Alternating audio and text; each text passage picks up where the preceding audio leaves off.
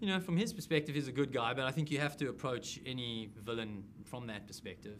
He's a professional soldier. He's basically the equivalent of a futuristic black ops guy who lives behind enemy lines. He's taken from a very infamous military unit in old South Africa called 3-2 Battalion that used to do a lot of fighting in the bush and was trying to prevent the spread of communism in Africa. And you had these guys who could go into the bush and literally just live off the bush for 2 or 3 months, sometimes at a time.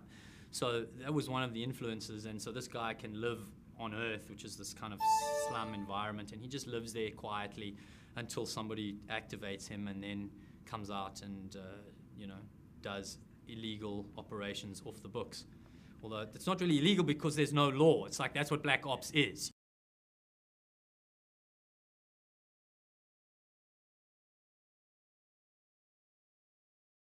Well, it's peaceful on the surface, you know. It's got all the external things all work, and there's no crime, and there's no... The outside environment is heaven, Elysium. Whether the people have found their own internal Elysium, well, that is another story.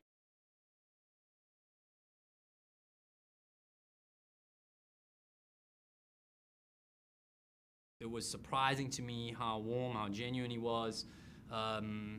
And I was very grateful that he really liked what I had done in District 9 and has a lot of faith in me as an actor.